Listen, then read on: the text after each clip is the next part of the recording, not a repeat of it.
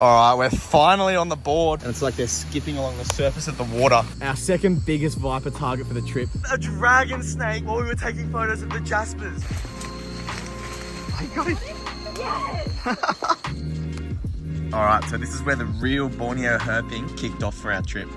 We had 2 nights in the lowlands of Sabah, and we had an endless list of species that we wanted to see here in the jungle.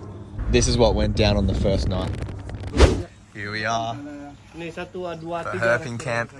The big rain clouds are coming over, and we've got the durians. Yeah. Quick feed before we get into it. Let's go.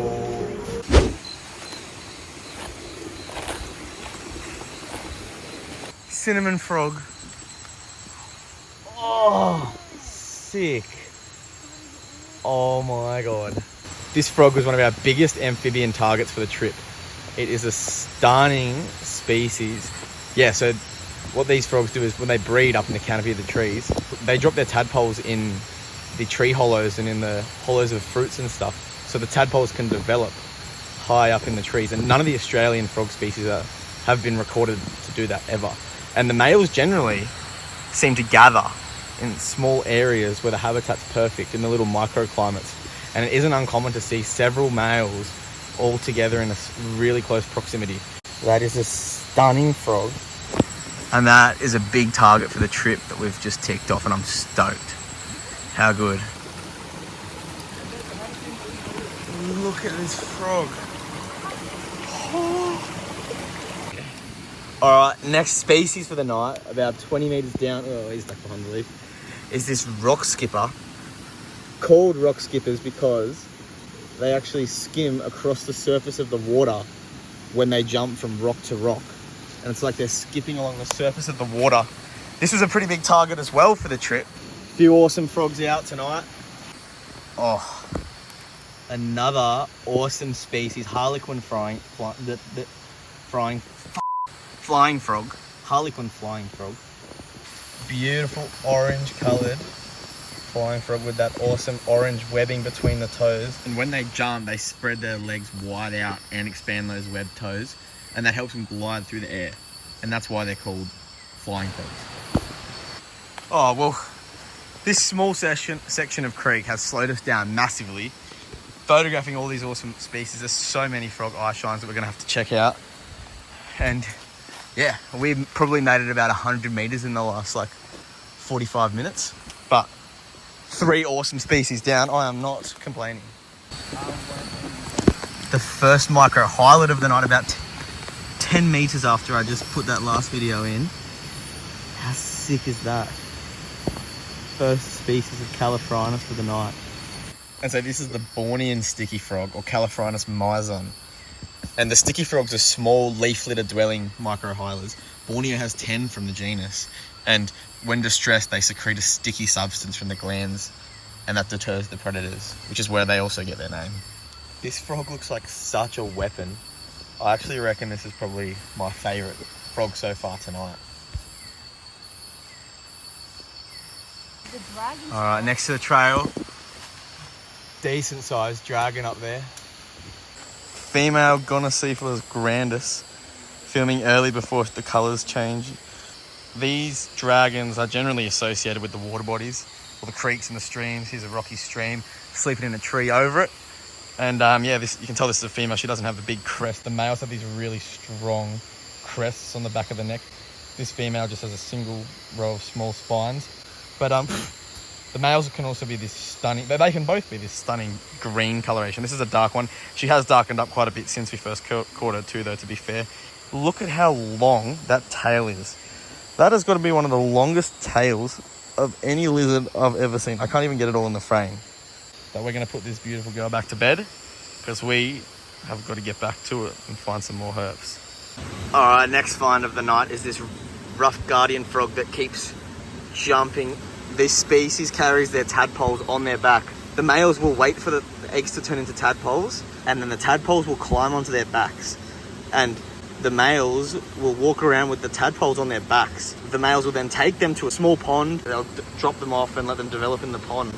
And sometimes they split their tadpoles, so they'll put half in one little puddle / pond and half in another to give them the best chance of survival. But every time I put him on the ground, he goes for a big hop. He might actually sit nicely. I'm going to take photos. BRB. Alright, this is a pretty cool find. Look at this. Hole in the head frogs. These things are sick. Look at that. And they're in amplexus. This is a sick one. These are one of the most sought after frogs in the area, and we've got 2 in amplexus. These are the only frogs in the entire world that release ultrasonic calls. And to us it sounds like a loud chirp, but we actually can't perceive the full sound of their call.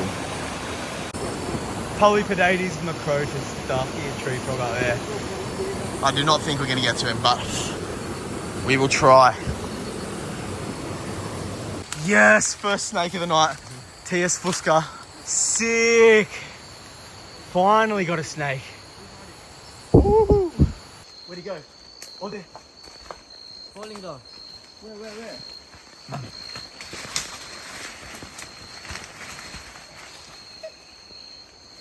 I got him.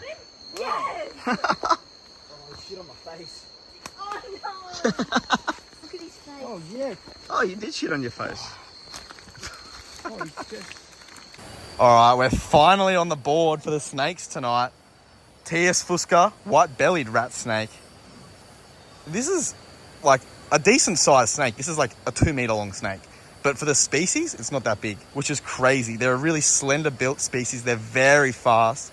They've got those big eyes, that great eyesight. That's a beautiful snake. And we're finally on the board. How good is that? So these are a diurnal species, and he was sleeping up the top of the tree. It's very common to see this species sleeping in the trees at night. It's very common to see a lot of diurnal species sleeping in the trees in Southeast Asia, which is awesome. Hey?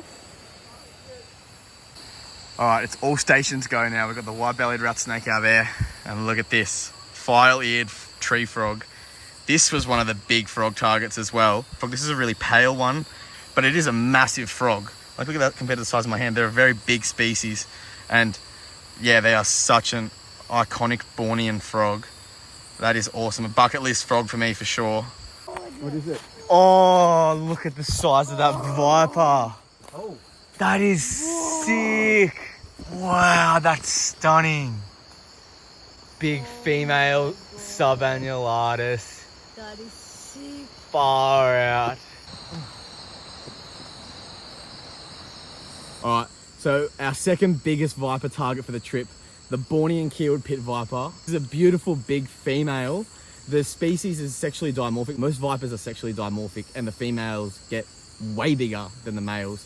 This is an adult female, and she's probably about, I'd say 60 centimeters, maybe a little bit bigger.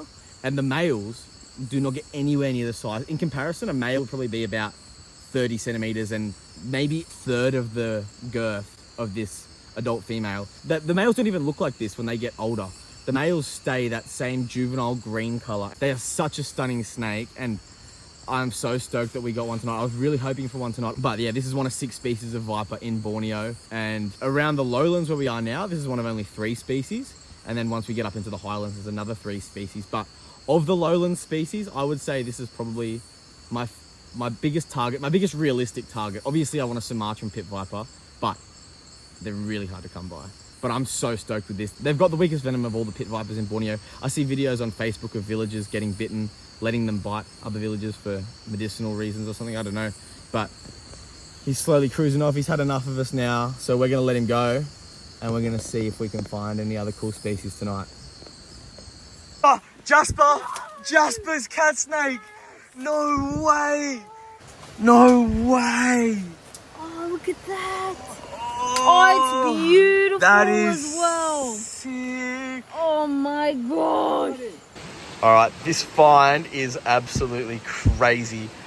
We got a Jasper's cat snake, our biggest boiga target of the trip. Boiga Jasperia. Look at the colors on this thing. It has the most intricate patterns on any snake I've ever seen. This thing is stunning. It doesn't even look real. These are a pretty elusive species of boiga that seem to turn up occasionally in this area. And we were hoping for one. Obviously, we were not expecting one because they're not a common find. They're not reliable. But we got one. Cruising along this rock wall. Oh my God, that is such a sick snake. This is a relatively small boiga. This would be an adult snake. They do get a little bit bigger, but you know, this is a standard sized one. This is a really beautiful looking animal though. This is a really nice individual. Frog eating snake found in close proximity to water, especially given how dry it's been lately. It's not all the snakes are sort of hanging around this creek that we've got going on in the background. Look at that yellow belly on this snake. I cannot believe it. Massive target achieved. Oh, that is awesome. Ooh, Dad just found a dragon snake while we were taking photos of the jaspers. Oh my God. Is that the cutest little snake you've ever seen? Holy shit, that's a crazy find. That's the Parasinodermis. Oh, stop flipping out, buddy. Yeah. Parasinodermis borneansis, the Bornean endemic dragon snake. Oh my God, there's like Where did you find it? photos. Where did you find it? Just on the fern there, but apparently... Oh my God. Alright, so now that I've calmed down a bit, I can actually talk about how crazy this snake is. This is the Borneo red snake, Parasinodermis borneansis. They are so similar to dragon snakes, but dragon snakes are in the Xenodermis genus, so there's a different genus, but they look so similar.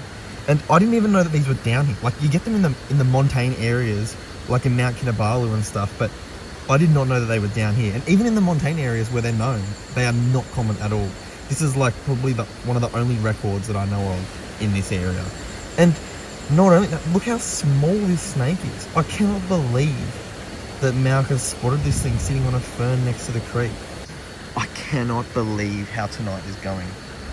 I'm just going to spend some time taking photos and admiring this crazy snake before we keep looking, but far out, this is the find of the night for sure. The search continues. What are we going to turn up next?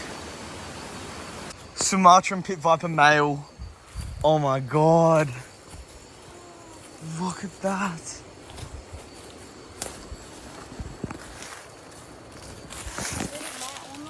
Oh, the male Sumatran pit viper. All right, next snake and next species for the night, Sumatran pit viper, Trimeresurus sumatranus.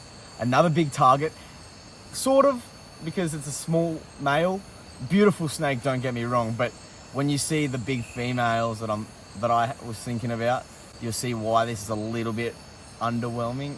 I don't know, I sound ungrateful, but big females are insane. They can get to 1.5 meters long, and the males, this is a subadult male. In comparison to the females, they don't get anywhere near as big. So this male is probably about 45 centimeters.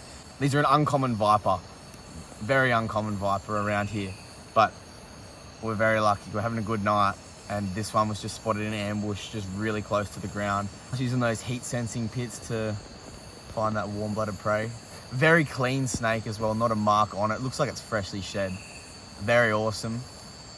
And we are going to keep moving and see what else is out. Another one. Gonocephalus borneansis. So now we've got a Borneo anglehead dragon. This is in the same genus as the Gonocephalus we saw earlier, but this male Borneo anglehead is an endemic to Borneo. And they actually look like dinosaurs. There are no lizards in Australia that even compare to this thing. I am definitely going to be whipping my camera out for this one. Boiga trapezi, another species. Awesome, man. I didn't even know these were here. Oh, far out. I got my eyes in. This guy's a gun. Come here, mate. Oh, he's coming down himself. Oh, he's going, mate.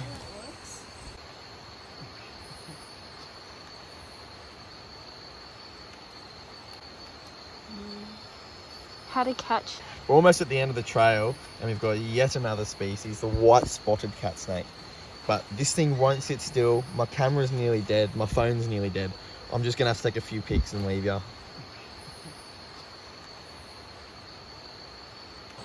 Another TS, just a smaller one. This was the second white-bellied rat snake that wrapped up an insanely productive first night of herping in the lowlands. Stay tuned for part 2, which has got a few of these crazy snakes. That'll be coming out soon. Thanks for watching.